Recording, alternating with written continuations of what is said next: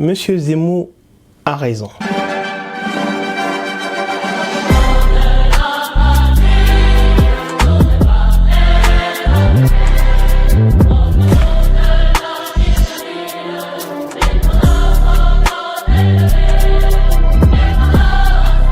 Bonjour. La France va mal. En effet, nous lui avons donné l'opportunité de pouvoir nous enrôler dans son idée en restant spectateur. Ça fait de nombreuses années où sur les chaînes de télévision, on se disait qu'il était là pour de la contradiction, pour élever le débat, mais on constate qu'il a plutôt déversé une multitude de fausses informations pour embobiner les Français. Aujourd'hui, il est temps de rétablir la vérité. Parce que nous ne devons plus être spectateurs, mais acteurs. Comment pouvons-nous accepter qu'une division entre les Français s'établisse? Zemmour est encore dans son rêve du passé. Nous sommes dans le futur, dans l'avenir de la France.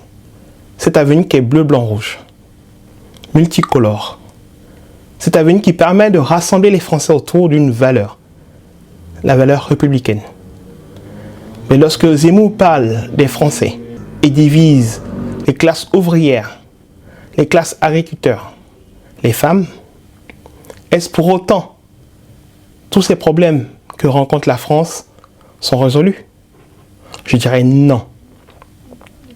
Nous devons, ensemble, unir nos forces.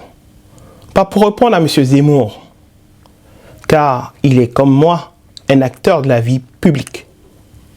Mais nous devons être tous des acteurs de cette vie publique, en décriant nos situations, en cherchant des solutions, en activant le collectif. Et ce collectif, c'est la République. Donc, je dirais, M. Zemmour, il a vraiment raison d'essayer de nous rouler dans la farine idéologiquement. Mais au niveau des actions, qu'a-t-il mené depuis? Qu'a-t-il apporté à la France et aux Français? J'invite tous les Français à avancer unis, main dans la main. Nous ne devons plus aller en rang divisé.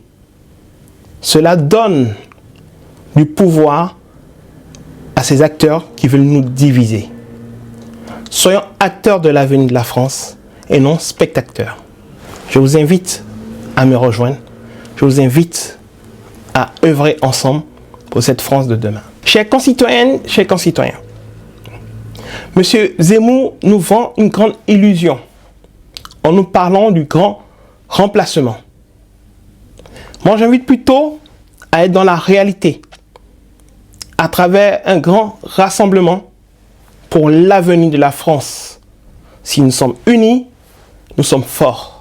Et nous pouvons transmettre des valeurs fortes que de diviser la population. J'invite M. Zemmour à revoir sa copie et à éviter d'égrener la haine. Ne donnons pas raison à M. Zemmour. Restons tous unis pour la République. Je vous invite à vous rassembler autour de Tous France et osons la France de demain avec nous.